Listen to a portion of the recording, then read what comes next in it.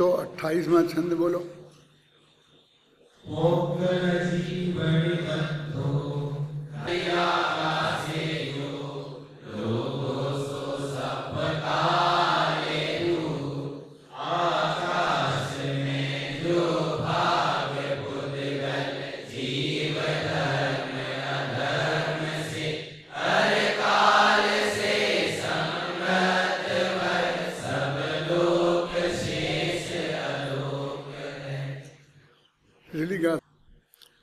इस आकाश संबंधी वर्गीकरण में विशेष ध्यान देने योग्य बात यह है कि जहाँ 6 द्रव्य पाए जाते हैं, आकाश के उस प्रदेश को इस जगत में लोक कहते हैं, और बाकी का जो बचा है उसे अलोक कहते हैं। लेकिन ये बात नहीं है, ये बात नहीं है।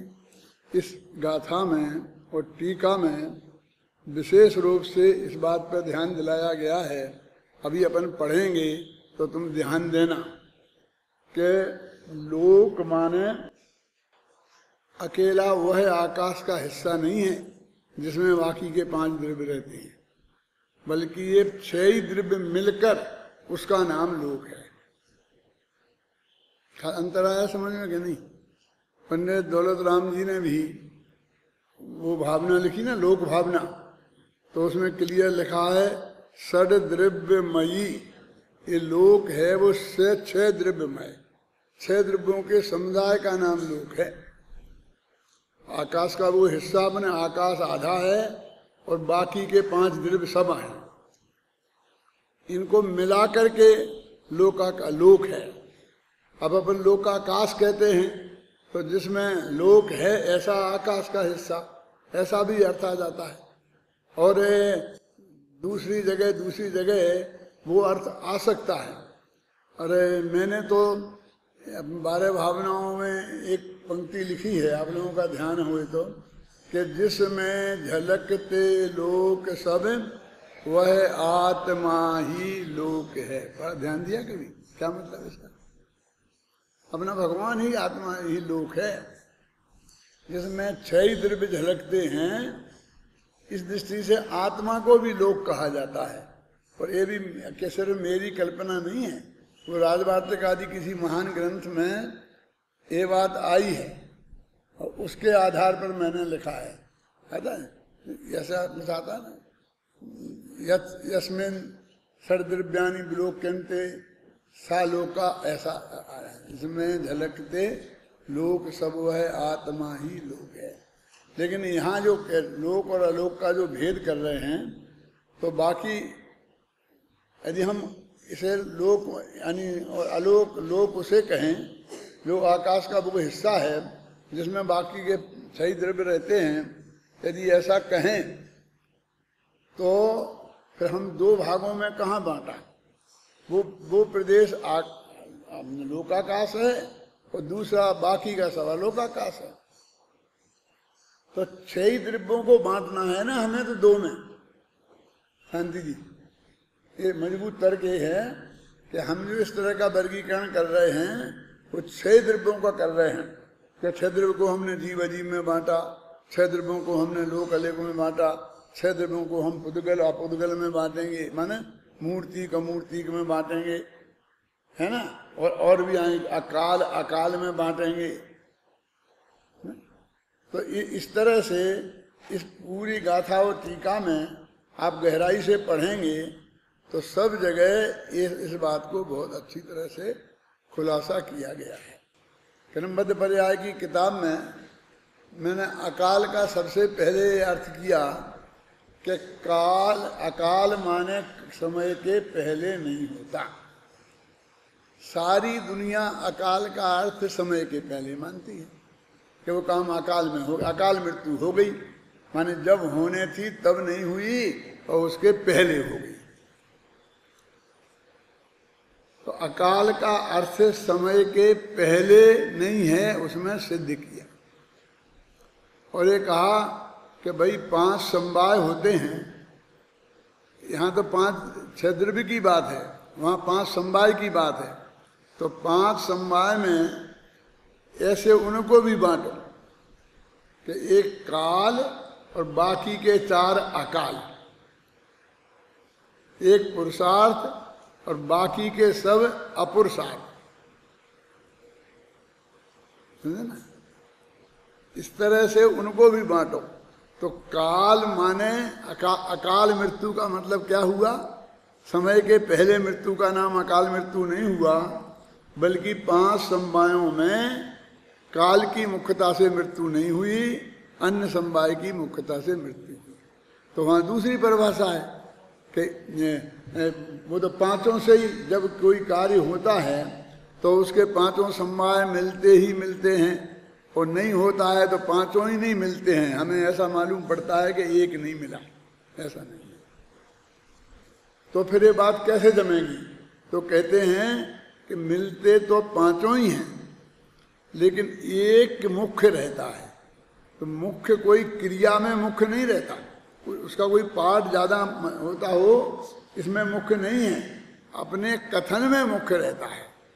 और उसकी अपेक्षा क्या होती है कि जैसे एक आदमी ट्रक के नीचे मर गया आके, तो हम कहेंगे इसमें निमित्त की मुख्यता है, तो यही कहेंगे ट्रक के नीचे आके मर गया। बाकी 4 उसकी आयु भी खत्म हो गई थी, उसको इसी काल में मरना था।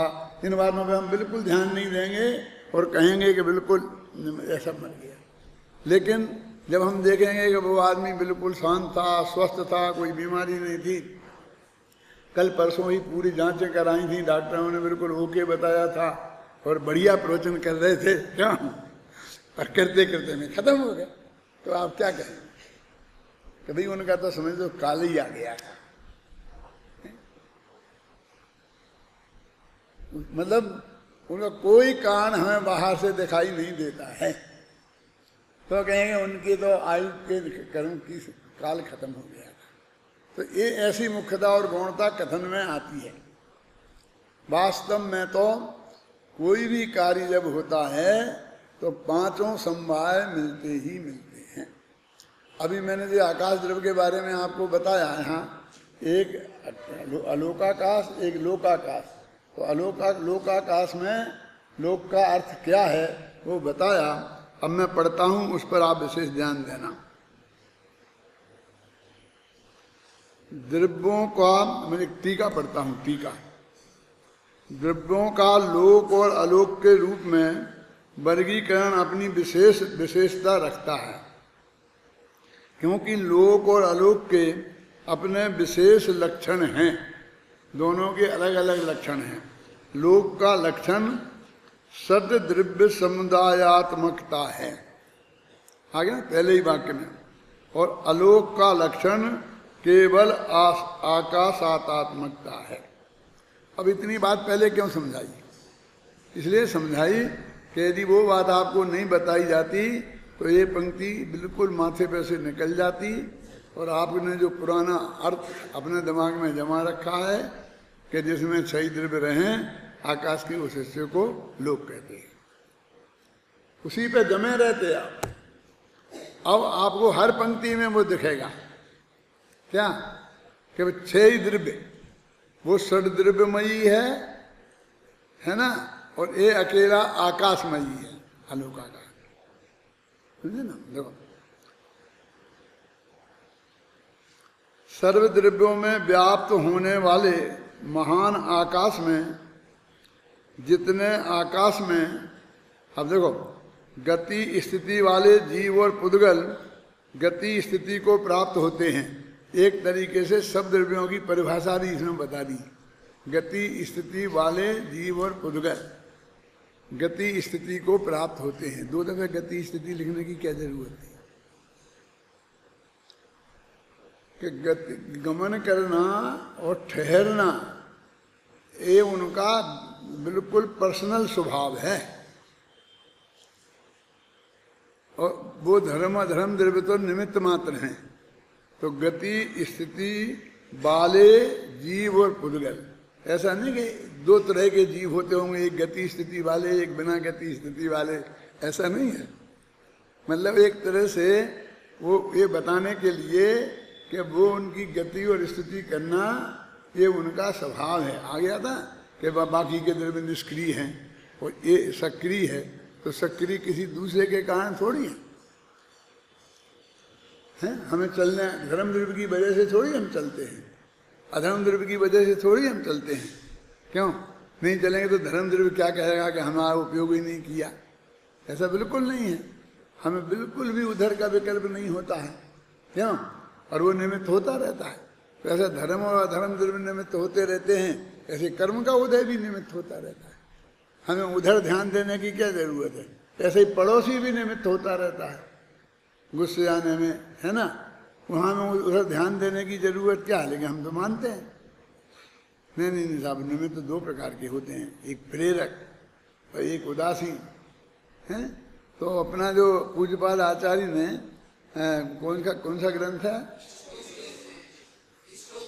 स्तोपदेश में एक श्लोक लिखा है कि सभी द्रव्य गते धर्मास्ति कायवत्, जिस प्रकार गमन में धर्मास्ति काय द्रव्य उदासीन निमित्त है, तो सभी निमित्त उसी तरह उदासीन ही होते हैं।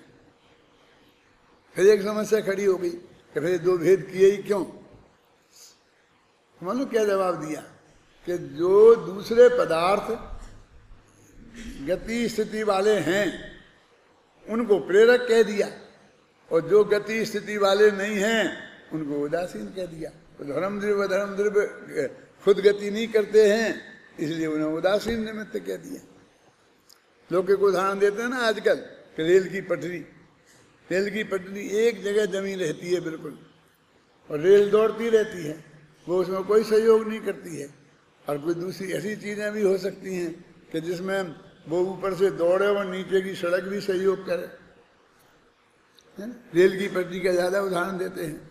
तो देखो, सर्व द्रव्यों में व्याप्त होने वाले महान आकाश में जितने आकाश में गति स्थिति वाले जीव और पुद्गल गति स्थिति को प्राप्त होते हैं, उनकी गति स्थिति में निमित्त भूत धर्म अधर्म द्रव्य व्याप्त होकर रहते हैं। कहा जिस आकाश में जितने आकाश में धर्म और अधर्म द्रव्य रहते हैं, बस इतनी सी बात है। अब धर्म अधर्म द्रव्य को परिभाषित कर दिया तो गति स्थिति भी दो तीन दफे डाल दिया। उनकी गति स्थिति में निमित्त भूत धर्म अधर्म द्रव्य व्याप्त होकर रहते हैं। सभी द्रव्यों के परिणमन में निमित्त भूत कालानुद्रव्य सदा रहते हैं। ये काल का सभी द्रव्यों के परिणमन में निमित्त है। एक क्रिया दो तरह की होती है, एक काल से कालांतर, एक क्षेत्र से क्षेत्रांतर। कल से हम आज में आ गए ना, तो हमने जो परिवर्तन हुआ तो इसे काल निमित्त द्रव्य इसमें निमित्त होता है, और हम यहाँ से वहाँ पहुँचे इसमें धर्म द्रव्य निमित्त होता है। क्षेत्र से क्षेत्रांतर गति में धर्म द्रव्य, क्षेत्रांतर से कोई आया हो फिर स्थिति में अधर्म द्रव्य, उसके रहने में आकाश द्रव्य, और एक और है क्या, काल द्रव्य, परिणमन में काल द्रव्य। तो यही लोक का लक्षण है। नहीं कहाँ पढ़ रहे थे अपन? ठीक है, हाँ, कालानुद्रव्य सदा रहते हैं। उतना आकाश और शेष समस्त द्रव्य इन सब का समुदाय लोक है, और यही लोक का लक्षण है। जितने आकाश में जीव तथा पुद्गल की गति स्थिति नहीं होती, धर्म द्रव्य और अधर्म द्रव्य नहीं रहते, और कालाणु भी नहीं रहते, उतना अकेला आकाश ही अलोक है, और यही अलोक का लक्षण है। और वैसे तो द्रव्य तो एक है, आकाश तो वो तो अखंड है। तो लोकाकाश और अलोकाकाश के ये जो भेद जो हमने किए हैं, ये तो हमने अपने समझने के लिए किए हैं। आकाश में कोई दो टुकड़े नहीं हो गए, आकाश तो पूरा अखंड है। ये वाक्य जो अपन ने अभी पढ़ा है, इसको सब द्रव्यों की परिभाषाएं निकाल कर, अकेले द्रव्यों के नाम रखकर इस वाक्य का गठन करो। बोलो बोलो बोलो, मतलब तुम पढ़ो, मैं सुनूंगा। क्या समझे? क्या पूछा? मेरा प्रश्न क्या है? तुम्हारी समझ में प्रश्न आया होगा तो करोगे ना। क्या क्या है? बोलो। माने जो मैंने बताया ना कि इसमें धर्म द्रव्य को परिभाषित कर दिया, इसको काल को करा दिया, इसको जीव पुद्गल को परिभाषित कर दिया, है ना, तो वो नहीं करना है हमें। हमें सिर्फ उन द्रव्यों के नाम मात्र लेकर उनके विशेषणों को हटाकर सीधा वाक्य बनाना है, सरल। बोलो कौन पढ़ेगा? खड़े खड़े बोलो, पढ़ो। हाँ, वो किताब ले लो। हाँ, धर्म अधर्म और काल रहते हैं, वे सब आप समझिए ना, वो उन सभी की परिभाषाएं हटा दो तो मतलब एक आधी लाइन में एक परिभाषा बन जाएगी। एक क्यों ऐसा मैं आपको बोलता हूँ कि जब आपको बच्चों की किताब में लिखना हो तो आप इसका संक्षिप्तीकरण कैसे करेंगे? क्या ये जो आपको अमृतचंद्राचार्य की टीका पढ़ते हैं, चाहे वो आत्मख्याति हो चाहे तत्व प्रदीप का हो, उसमें जो आपको कठिनाई दिखती है वो कठिनाई सिर्फ इस बात की है कि उन्हें कहना तो सिर्फ इतना है कि जिसमें धर्मद्रव्य, अधर्मद्रव्य, काल द्रव्य, जीव पुद्गल, ये 5 द्रव्य रहते हैं, उतने हिस्से को आकाश कहते हैं। अब वे बताएंगे जीव कैसे, जीव कैसे, धर्म कैसा अधर्म, और एक एक के फिर एक दो लाइन में उसकी परिभाषाएं भी वहीं पूरी डाल देंगे, तो वो वाक्य लंबा हो जाएगा और टेढ़ा भी हो जाएगा। अब आकाश, जिस आकाश में, तो फिर जिस आकाश में पर्याप्त है फिर उसमें डाल दें एक कैसा आकाश जिसमें 6 द्रव्य रहते हैं, ऐसा आकाश। आपने कभी पुराण पढ़े हैं? खासकर दौलतराम जी कासलीवाल के लिखे हुए, ये जानते हो दौलतराम कासलीवाल कौन थे? पंडित टोडरमल जी के जमाने में एक विद्वान थे, टोडरमल जी के स्तर के, लेकिन वे विद्वान थे प्रथमान योग के ग्रंथों का उनने अपनी भाषा में अनुवाद करके लिखा है। तो उनका नाम है दौलतराम कासलीवाल। वे राजा के यहाँ समझ लो IAS ऑफिसर जैसे थे, बड़े ऑफिसर थे, और राजा की, जयपुर के राजा की तरफ से उदयपुर के राजा के यहाँ राजदूत बन के रहते थे। यहाँ के राजदूत बन के उदयपुर में रहते थे, उनकी सर्विस जयपुर के राजा की थी और वो रहते थे उदयपुर में। तो उसमें ऐसा लिखा है कि जयपुर राजा के वकील, के वकीलों को वहाँ वकील बोलते थे उस वक्त, और राजदूत मतलब वो उनको इनका प्रतिनिधित्व करने के लिए वहाँ रहते थे। उन्होंने 3 पुराण वचन का करी, 3 पुराणों की वचन का की है, और वो सारे देश में वो ही पढ़ी जाती थी अब 25-50 वर्ष तक, और आज भी वो ही पढ़ी जाती हैं। डॉक्टर पन्नालाल जी साहित्याचार्य ने भारतीय ज्ञानपीठ से वो मूल संस्कृत के प्रकाशित करके और उनका हिंदी अनुवाद लिखकर एक का प्रकाशित किया है, लेकिन आज तक किसी ने उनका स्वाध्याय नहीं किया है। विद्वान लोग कभी कभी देख लेते हैं, इसलिए कि उनके मूल में क्या है, हमको विकल्प आता है कि इस मामले में मूल में क्या किया। जैसे वो झगड़ा होता है, कोई कहता है कि वो धोती धोने की बात उनने जामवती से कही थी, और कोई कहता है सत्यभामा से कही थी। अब क्या करें? अब आप समझ में उसमें कोई दिक्कत ही नहीं है, लिखते जाओ फटाफट। तो उसे इसलिए हम देखते हैं कि उसमें जामवती है कि सत्यभामा। तो एक जगह सत्यभामा लिखती है, एक तरफ जामवती निकलती है। हरिवंश पुराण में एक निकलता है, महापुराण में दूसरा निकलता है। तो हम फिर अपने हिसाब से अपने दिमाग से जो भी हमको अच्छा लगता है वो हम दे देते हैं, समझ में है ना। तो वैसे विद्वानों के काम तो आएगा वो तुम्हारे लिए, लेकिन ये सबके नहीं पढ़ते हैं, तो उनका अनुवाद का क्या विशेषता है आप लोग कहते हैं आपने पढ़े हैं ना, तो मैं जानना चाहता हूँ। बोलो बताओ। हाँ हाँ हाँ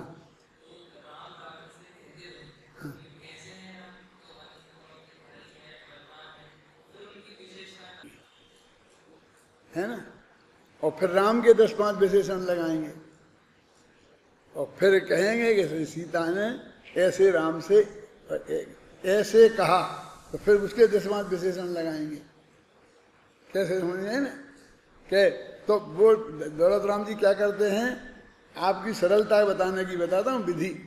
कि वो कहते सीता जी रामचंद्र जी से कहती भई कैसी हैं सीता, और फिर वो सारी विशेषताएं लिखेंगे। फिर रामचंद्र जी से कहती भई कैसे हैं राम, तो वे सब राम की विशेषताएं लिखेंगे।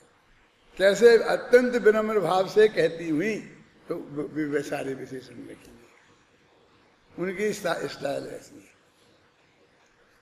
आपको बताया होगा पहले मैंने या कि शांति जी ने किसी ने, कि जब आपको कोई श्लोक का अर्थ करना है तो सबसे पहले कर्ता और क्रिया देखो, है ना। संस्कृत में ये सुविधा है वैसे कि कर्ता के बाद सीधी क्रिया फटाफट ले आते हैं। अंग्रेजी में भी है ना क्रिया का प्रयोग, क्योंकि उसमें सरलता रहती है। अब अंत में 3-4 लाइन का एक वाक्य है, तब तक वो भूल जाता है कर्ता कौन है, तो क्रिया के आधार क्या रखना, आप समझे ना। तो वहाँ पे गड़बड़ हो जाती है। जो ऐसा लिखते हैं ना, हिंदी में ऐसा ही करते हैं, पहले कर्ता लिखते हैं, ऐसा कभी नहीं कहते हैं। फिर I am going to market ऐसा बोलेंगे ना, तो आई एम फटाफट, और गोइंग ये मैं जाता हूँ बाजार। हिंदी में ऐसा कभी नहीं लिखे, मैं बाजार जाता हूँ। और यदि उन्हें बाजार की विशेषताएं बतानी है तो बाजार की विशेषताएं बताएंगे। फिर मैं जाता हूँ तो अपनी विशेषताएं बताएंगे। फिर जाने की व्यवस्था बताऊंगे, मैं बाई कार जाता हूँ कि पैदल जाता हूँ, समझ में ना। तो ये सब बीच में भर देंगे हिंदी में, हैं? एक भाषा ऐसी भी है कि जिसमें कोई प्रतिबंध नहीं, कोई भी विशेषण कहीं भी लगाओ। जैसे अंग्रेजी ऐसा नियम नहीं है संस्कृत में, लेकिन कोई भी लगाओ कहीं, इसलिए आपको अन्वय करना पड़ता है। अन्वय करना पड़ता है ना छंदों का, तो छंदानुरोध से इसलिए अन्वय करना पड़ता है कि वो उनको निकाल के सीधी आपने एक दफे अन्वय कर दिया, तो इसका अर्थ है कि आपको उसका अर्थ समझ में आ गया। क्योंकि उनका अर्थ समझे बिना आप उनको सही जगह व्यवस्थित नहीं कर सकते। हाँ पढ़ा हो गया ना। यहाँ विशेष ध्यान देने योग्य बात यह है कि जितने आकाश में क्षय द्रव्य रहते हैं, अकेले उतने आकाश का नाम लोक नहीं है, अपितु उन 6 द्रव्यों के समूह का नाम लोक है। वहाँ पर बहुत स्पष्ट भाषा में लिखी थी, लेकिन हम समझते थे कि उतने में लोगों का ध्यान नहीं जाएगा, तो यहाँ फिर उस बात को खोल के लिखा है। महान आध्यात्मिक कवि पंडित दौलत राम जी के ध्यान में यह बात आई थी।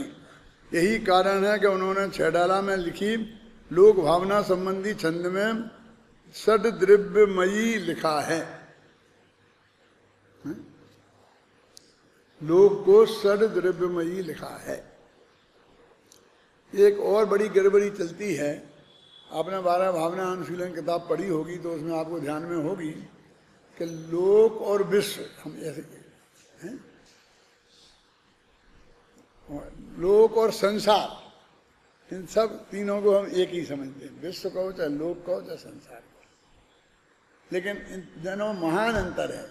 लोक तो 6 द्रव्यों के समुदाय का नाम है, और संसार सिर्फ जीव की विकारी पर्याय का नाम है। कितना अंतर है। ये एक पर्याय है एक द्रव्य की, वो भी विकारी, सब पर्याय नहीं। ख्याल में है ना। और अब हमें बस सब पढ़ते आए हैं, अनादिकाल से जीव संसार में है, अनादिकाल से जीव संसार में भटक रहा है। तो संसार माने ये दुनिया, भटक रहा है यहाँ वहाँ। तो मैंने लिखा कि जीव संसार में नहीं है,